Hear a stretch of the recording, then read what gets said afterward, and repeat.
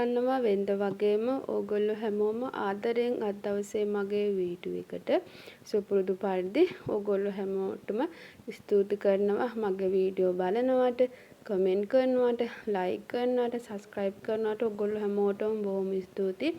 ඒ වගේම දිගටම මගේ channel එකත් එක්ක රැඳී ඉන්න කියලා ආදරයෙන් මතක් කරනවා. එන්නකො වෙනද වගේම අදත් මගේ වීඩියෝ එකත් එක්ක අද මම මොනවද කරන්න කියලා බලන්න.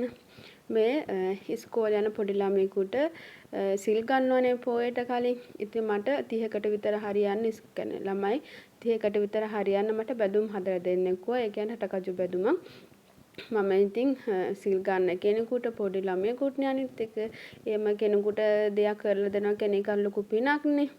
ඒ නිසා ඉතින් මම සිය කැමැත්තෙන්ම ඒ කට්ටියගේ උදව් ඇතුව මම ඉතින් රටකජු බැඳුම් හදන්න තමයි හදන්නේ මේ. මම ඒකට අවශ්‍ය කරන රටකජු ටික බදලා ගත්තා. ඒ වගේම හාල් මැස්සෝ මම බීලුණු කිලෝ එකක් ගත්තා. බීලුණු කිලෝ එකයි ඊට පස්සේ සුදු ලුණු ගෙඩි 3ක් ගත්තා. ලොකුවෙන් ගෙඩි 3ක් ගත්තා. ඊට පස්සේ නූඩල්ස් මැගි නූඩල්ස් එක තමයි ගත්තේ. ඊට පස්සේ හාල් මැස්සෝ ඒ ටිකත් මම ඔක්කොම පිළිවෙලක් කරගෙන හොදන පිරිසිදු කරගෙන පැත්තකින් තියාගෙන ඒ වගේම රම්පේ කරපිංචත් රම්පෙත් මම හීනීමට කපා ගත්තා. මම දැන් ඉතින් මේ වෙලාවේ නූඩල්ස් ටික බෙද ගන්න තමයි හදන්නේ. මම ගින්දර අඩුවෙන් තමයි මම මේ තියාගන්නේ. මොකද ඉක්මනට කළු වෙනවනේ බැදෙන්නේ නැහැ. ඒත් තිත්ත රස ගහනවා. රන්වන් පාට වෙනකන් බෙද ගන්නවා. ඒ වගේම හාල් මැස්සොත් මං ඔලු කඩලා පිරිසිදු කරම වතුර ටිකක් බේරෙන්න ඇරලා තමයි මම ගන්නෙ. මොකද ලුණුත් එහෙමයි. මොකද වතුර ගතිය වැඩිනේ. ඒ නිසා මං ඉතින් නූඩල්ස් ටිකත් බැදගත්තට පස්සේ දැන් මම මේ සුදු ලුණු ටික තමයි බැදගන්නේ. සුදු ලුණුත් එහෙමයි. කර වෙන්නේ නැතුව, කළු වෙන්නේ නැතුව රන්වන් පාට වෙනකොට තමයි ගන්නෙ මම. මම ඉතින් බැදුම හදාගත්තට පස්සේ තව මට පොඩි වැඩ වගේක් තියෙනවා. මොකද කාමරය අස්පස් කරගන්න ඕනේ. ඒ වැඩ ටිකත් කරගන්න ඕන නිසා මම ඉතින් ඉක්මනින් මේ වැඩෙත් කරනවා. දැන් මේ වෙලාවේ සුදු ලුණු ටිකත් බැදිලා තියෙන්නේ.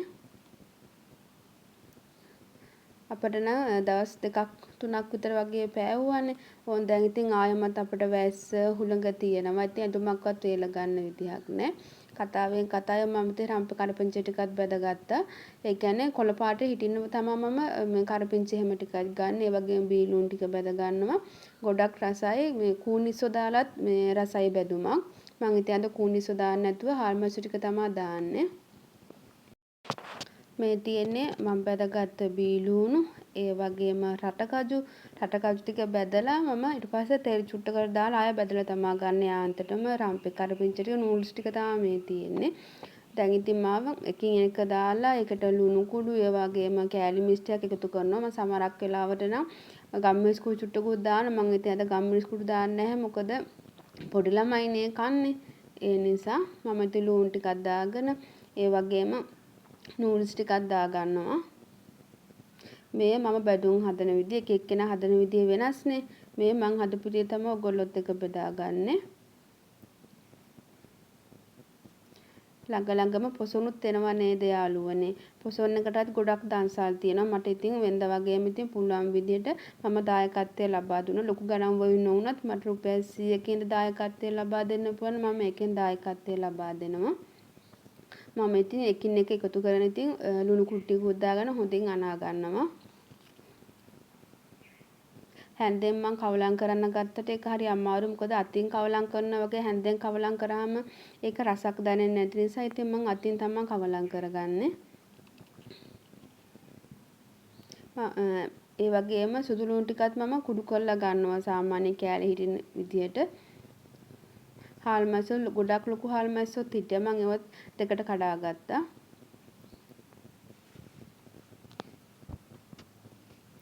ඔයගොල්ලන්ට කියන්න යාළුවනේ හැන්දෙන් අනනවට වැඩිය අතින් අනනකොට ඒක අමුතුම රසක් එනවා. ඒක අනේ මන් දන්නේ කියන්න තේරෙන්නේ කොයි කෑමක වුණත් අතින් අනන එක තමයි රසවත්.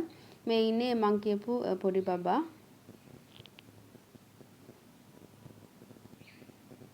තුන වසරේ ඉන්නේ. එයාගේ තමයි ඒ පන්තිය තමයි සිල් ගන්නෙ. 3 දෙනෙකුට බෙදලා තිබ්බා. ඒ කියන්නේ මේ දැන් මම හදන එක්කෙනා ළමයි 30කට හරියන්නේ. තවත් මේ දෙන්නෙකුට තමයි බෙදලා දීලා තිබ්බේ. දැන් ඉතින් කෑමක් හදනකොට රස පරීක්ෂකයෝ වැඩිනේ ගෙදරක වුණාම කොයි ගෙදරත් එහෙමනේ. අඩුපාඩු බලන්න රසද නැද්ද කියලා බලන්න ඉතින් ඔක්කොම ඉතින් අත දදා කාලා බලනවා. අපි කෑමක් හදනකොට ඒක තවත් කෙනෙකුට දෙනකොට ඇස් දෙක පිනවන්න ඕනේ. ඒ වගේම රස තියෙන්න ඕනේ. කෙනෙක් කන්නේ ඇස් දෙක පින වුණාට පස්සේ ඇස් දෙකට ඒක කාවදුනාට පස්සේ රස තියෙනකොටනේ ඕනම කෙනෙක් ආස හිටින්නේ. ඒක රසවත් කියලා දැනෙන්නේ. අර මම අත උනත් දිගෑරලා පෙන්නුවේ මේ හැන්දෙන් අනලා කෑවට වැඩිය රසක් අර අතේ තියෙන චුට්ටක් ලෙව කියන්නේ අතේ තියෙන චුට්ටක් අරන් කනකොට ඒක 아무තු රසක් තියෙනවා කියන එක තමයි ඒගොල්ලන්ට මම මේ පෙන්නුවේ. වර්ධවන්නම් හිතන්න එපා. මම ඉතින් ඉක්මනින් බැදුම් එකත් හදා ගන්නවා. මේ තියෙන්නේ මම ගොඩාක් ආසාවෙන් හදාගත්ත බැදුම් එක. රටකජු බැදුම. මම ආය හදනවා අලු කෙසෙල් මේ බැදුම එකත් රසයි. ඒ කියන්නේ අලු කෙසෙල් වලට නූඩ්ල්ස් මේ වගේම තමයි. ඒ වගේම නූඩ්ල්ස් ඊට අමතරව රටකජු, රම්පේ කරපිංච, හාල් මැසු දාලා ඒකත් මාරම රසයි. මේ තියෙන්නේ මම ගොඩක් ආසාවෙන් සිය කැමැත්තෙන් මං හදාගත්ත බැදුම බලන්න කොහොමද රස පාටද කියලා. මං ඉතින් බැදුම හදලා වුණාට පස්සේ ඒවට ගත්ත භාජන තියෙනවානේ.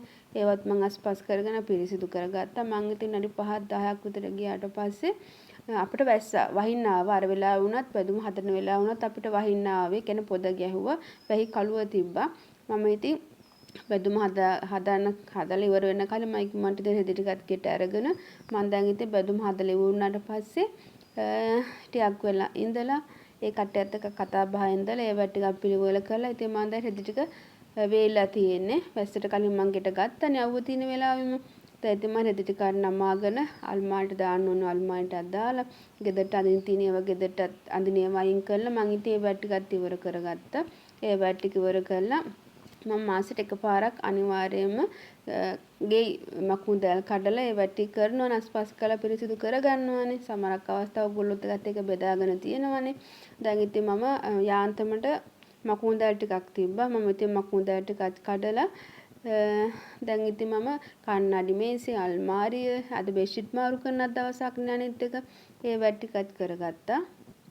ඉතින් කන්නඩි මේසේ මේ කන්නඩියේ පිහදනකොට මම වතුර තමයි භාවිතා කරන්න. වෙනද නම් මම සර්වියට් කොල ගන්නවා. අද නම් සර්වියට් ඉවරු නිසා හොඳ පිරිසිදු රෙදි කෑල්ලකට වතුර ඉහළ තමයි මම පිහදගන්නේ. බලන්නකෝ අපේ ගබඩාව මේ තමයි බෙහෙත් බඩු. කියන්නේ අපට උවමනා බඩු නොවුනත් කියන්නේ අපට කොයිම හරි මොහොතක උවමනා වෙලාවල් තියෙනවානේ. ඉතින් අසමෝදකම්, පෙනඩෝල්, සිද්ධාලේප, බාම් තියෙන සේරම බොට්ටි ගෙදර ගෙනත් තියාගෙන ඉන්නේ. මොකද ලෙඩ දුකක් හැදෙන එක වෙලාවක් කලාවක් නෑ. උදේද දවල්ද රෑද කියලා නැහැනේ. අර ගෙදරට උමනා කියන අවශ්‍ය කරන බෙහෙත් ටික තියෙනවා නම් අපිට ඕමලා පාවිච්චි කරන්න පුළුවන්නේ. ඒ වැටි ටිකත් එකින් එක පිහදලා ඉතින් මම මේ පර්ෆියුම් පෝල් තෙල් බෝතල් ඒවා තියන්නේ මේ ලැබරිය තම්බන වට්ටියෙන් තමයි මං ගත්තේ. මොකද ඒක පිළිවෙලයි. දැන් අපි කන්නඩි මේස නිකන් මේ පිමි කියන්නේ කන්නඩි මේස උඩින් නිකන් තිබ්බනම් අපි ඒක ගත්තාම මේක එතන තියෙන ස්ථානේ නෙවෙයි තියන්නේ. දැන් මම මේක ගත්ත නිසා දැන් මේක රාමුව ඇතුලේ විතරනේ තියන්නේ. ඒක පිළිවෙලයි ලස්සනයි. ඕනම කෙනෙකුට නම් හිත යනෝනේ. දූවිල්ලක් තිබ්බත් එක අපිට ඒක පිහදලා ගෙතනින්ම තියා ගන්න පුළුවන්. ඒ වගේ මේ තියෙන රිමෝට් තියෙන එක මම රිමෝට් තියන්නත් මම මේ කප්පයක් තියාගෙන ඉන්නේ කොටුවට. කියන්නේ ඒකට කියන නම නම් මට මතක නැහැ. ඒක තමයි තියාගෙන ඉන්නේ. මොකද රිමෝට් එකක් ගත්තොත් අපි ඉඳගෙන පුටුව තියනනේ ඒක පුටුවට තියලා අපි නැගිටිනවා. එක්ක ඇඳ උඩ ඉඳන් බලනවා ටීවී එක එක්ක ඇඳ උඩ තියලා මේ රිමෝට් එක තියලා නැගිටින්නේ. ඒක සමහරක් වෙලාවට බෙඩ්ෂීට් ගසන වෙලාවට ඒ මාරු කරනකොට දාන්න මතක නැහැනේ රිමෝට් එකක් තියෙනවා කියලා. ඒක වැටලා කැඩෙන්න පුළුවන්, පුපුරන්න පුළුවන්. ඒ නිසා තමයි ඒක පිළිවෙල හින්දා තමයි මම එහෙම තියාගෙන ඉන්නේ. මම ඉතින් කතාවෙන් මකුඳ ටිකක් කඩලා මම ඉතින් අල්මාරියට ඒ වගේම ඇඳයට කන්නඩි මේසේ ඇතුලේ එහෙම අතු ගාලා මම ඉතින් රොටි ටික අරගත්තා. මම මට පුළුවන් විදිහට තමයි මම මේ වැටි කරගන්නේ. මොකද මම කොච්චර වැඩ කරත් හස්බන්ඩ් ගෙදර ඉන්න දවසක් තියෙනවා නම් එයත් මට පොඩි සපෝට් එකක් දෙනවා. මොකද මේ දැන් අපේ ගෙදර බිත්ති උසයි, ගොඩක්ම උසයි. මට ලීයක් වුණත් බැඳලා කඩන්න පුළුවන් අවස්ථාවක් සමහරක් වෙලාවට නම් හරි අමාරු ලීයක් වුණත් බැඳලා කඩන්න. හස්බන්ඩ් ඉන්නවා නම් එයා ඉනිමග තියලා හරි එයා ඒ මකුල් දැල් ටික කඩනවා. ඉතින් මට පුළුවන් උස ප්‍රමාණයට කොස්සෙන් හරි ලීයකින් හරි මම කඩනවා. මම ඉතින් කතාවෙන් දැන් ඉතින් බෙඩ්ෂීට් දාගන්න තමයි ඇඳට හදන්නේ. මම සතියට එකපාරක් අනිවාර්යයෙන්ම ඇඳේ බෙඩ්ෂීට් මාරු කරනවා. සමහර අවස්ථාවල සතියට දෙපාරක් ඇඳේ බෙඩ්ෂීට් මාරු කරන දවසුත් තියෙන අවස්ථාවල් තියෙනවා. මම මේ හැම එකම එකින් එක වීඩියෝ එකට ගත්තේ නෑ. මොකද වීඩියෝ කරනකොට ඒකට යන වෙලාව දැන් අපි තුන් පැය භාගකින් පැයකින් මේ වැටි කරනම් වීඩියෝ කරලා ගන්නකොට පැය 2ක් 3ක් විතර යනවා. ඒක වීඩියෝ කරන කට්ටිය දන්නවා channel වල. ඒ නිසා මම අත්‍යවශ්‍යම දේ විතරයි මම වීඩියෝ එකට ගත්තේ ඔයගොල්ලොත් එක්ක බෙදා ගන්න ඕන නිසා. මේ තියෙන්නේ මම පිරිසිදු කරගත්තට පස්සේ කණ්ණාඩි මේසේ තියෙන වගේ තියෙන විදිහ. මේ තියෙන්නේ මම බෙඩ්ෂීට් එක දාගත්තට පස්සේ ඇඳ තියෙන විදිහ. අදට මගේ වීඩියෝ එක ඉවරයි. ඔයගොල්ලෝ හැමෝටම බොහොම ස්තුතියි.